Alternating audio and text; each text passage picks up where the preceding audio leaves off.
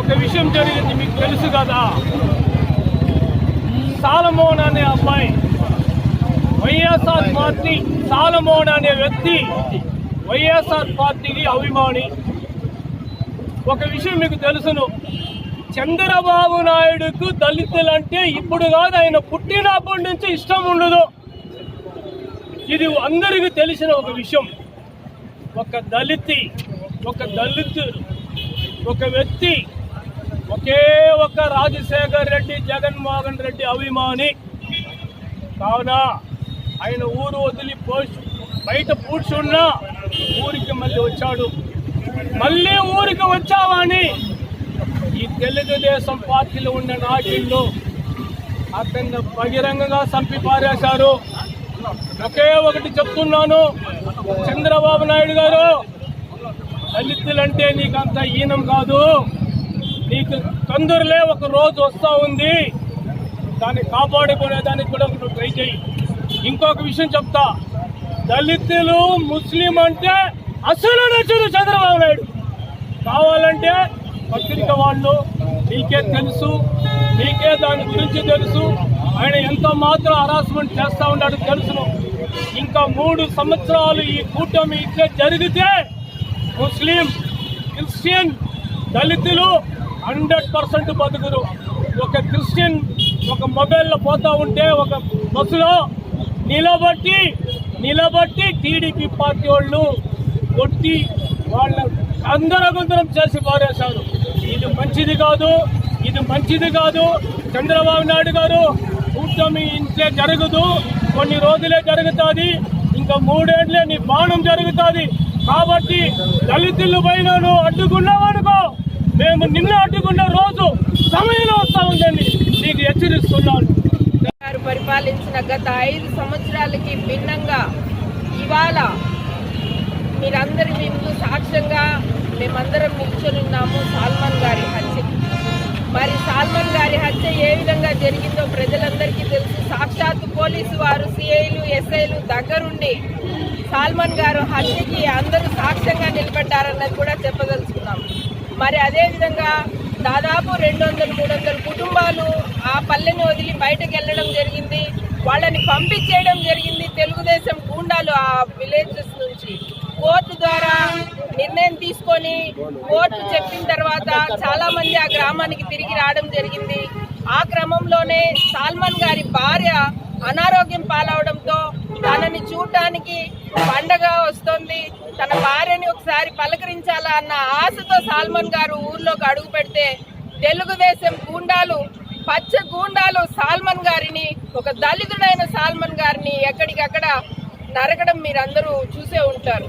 మరి ఈ విధంగా రాజ్యాంగాన్ని, అంబేద్కర్ గారి రాజ్యాంగాన్ని అమలు చేయాల్సినటువంటి చంద్రబాబు నాయుడు గారు, లోకేష్ గారు రాసినటువంటి రెడ్ బుక్ ని అమలు చేస్తూ రాష్ట్రాన్ని ఈ విధంగా దళిత వ్యతిరేకంగా పరిపాలిస్తున్న చంద్రబాబు నాయుడు గారు ఇప్పటికైనా ఆలోచించి ఈ ప్రభుత్వ హత్యలను ఆపి పోలీసు వారికి తగిన హెచ్చరికలు, వాళ్ళకి ఏ విధంగా ప్రజలతో నడుచుకోవాలా అన్నది పోలీసు వారికి వారు హోంమంత్రి ద్వారా విన్నవించి వారిని, ప్రజల్ని మంచిగా సుపరిపాలన దిశగా ఇకనైనా అడిగిస్తారు అని అనుకుంటున్నాము.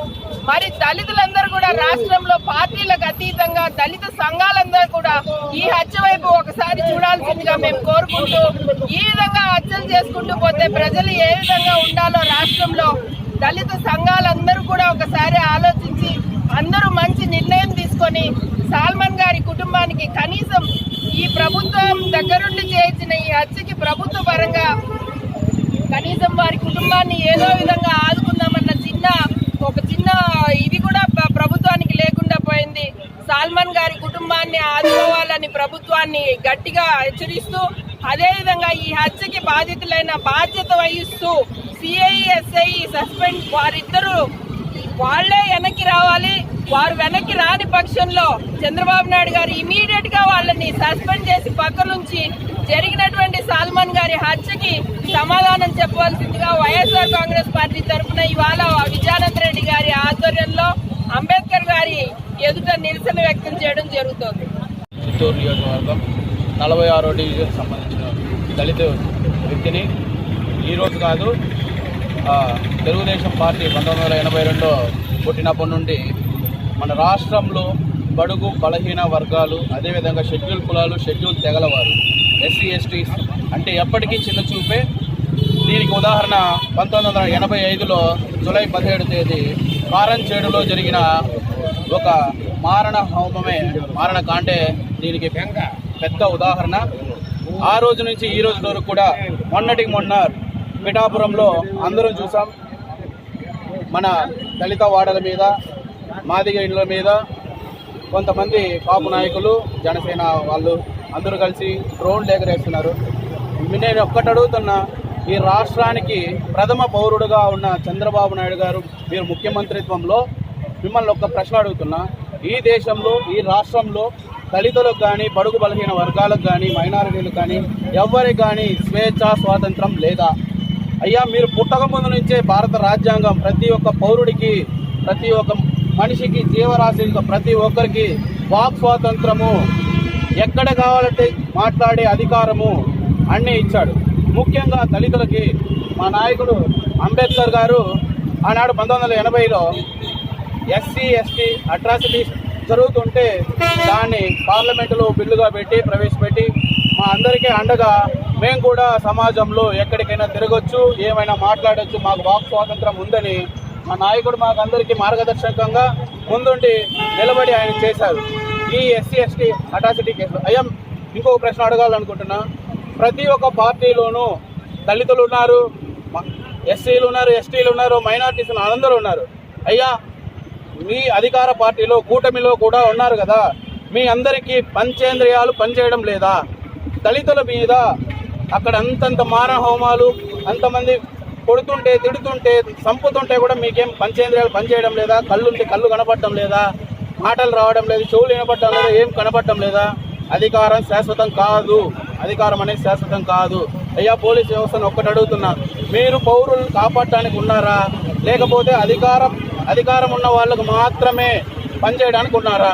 మీరు తీసుకున్న జీతాలు మేము కూడా ట్యాక్స్ పేయర్స్మే. ప్రతి ఒక్క పార్టీ వాడు, ప్రతి ఒక్క కార్యకర్త, ప్రతి ఒక్క ఓటరు, ప్రతి ఒక్క వ్యక్తి, ఈ భారతదేశంలో పుట్టిన ప్రతి ఒక్కడు ట్యాక్స్ పేయర్స్మే. మేము కట్టిన ట్యాక్సులతోనే ఈ దేశం నడుస్తుంది. ఈ దేశంలో మీరు జీతాలు తీసుకుంటున్నది మా డబ్బులతోనే. మీరు మా అధికారం ఉన్న వాళ్ళు మాత్రమే ఒక పక్క మాట్లాడుతున్నారు, ఒక పక్కే చేస్తున్నారు. ఇది పద్ధతి కాదు. ఎంతో మంది అర్హులు ఉన్నాం. ఎస్ఐ ఆస్పిరెంట్ని కట్ ఆఫ్ మార్కులో కొన్ని కారణాల వల్ల కట్ ఆఫ్ మార్కులో నాగుపోయింది.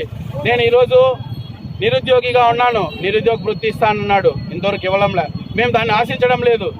మీరు చేస్తే ఏమన్నా, మీరు మంచి మాటలు చెప్తే రాష్ట్రాన్ని మేము సంపద వైపు సృష్టిస్తాం, సంపద వైపు పరుగులు పెట్టిస్తామంటారు.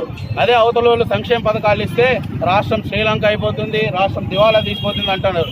మీరు ఎన్నో చేస్తున్నారు, కానీ దేనికి ప్రయోజనం లేదు. ఈరోజు చిత్తూరు నగరానికి ఎవరైనా కొత్త వ్యక్తి వస్తే ఇక్కడ జరుగుతున్న హంగులు ఆర్భటాలన్నింటినీ చూస్తే ఏదో జరిగిపోతుంది అనుకుంటున్నారు. కానీ ఇక్కడ చిత్తూరు వాసిగా నేను ఇదే ఊర్లో 20 ఏళ్లుగా ఇక్కడే ఉంటున్నాం కాబట్టి చూసి చెప్తున్నా, ఇక్కడ ఏ అభివృద్ధి జరగలేదు. ప్రతి ఒక్కరికి సంక్షేమం అందించింది ఒక్క రాజశేఖర రెడ్డి గారు ఆనాడు. ఆయన మరణాంతరం మన జగన్మోహన్ రెడ్డి గారు సీఎం అయినాక ప్రతి ఇంటికి కుల, మత, ప్రాంత ఏది చూడకుండా ప్రతి ఇంటికి ఆయన సంక్షేమ పథకాలు అందించినారు. సో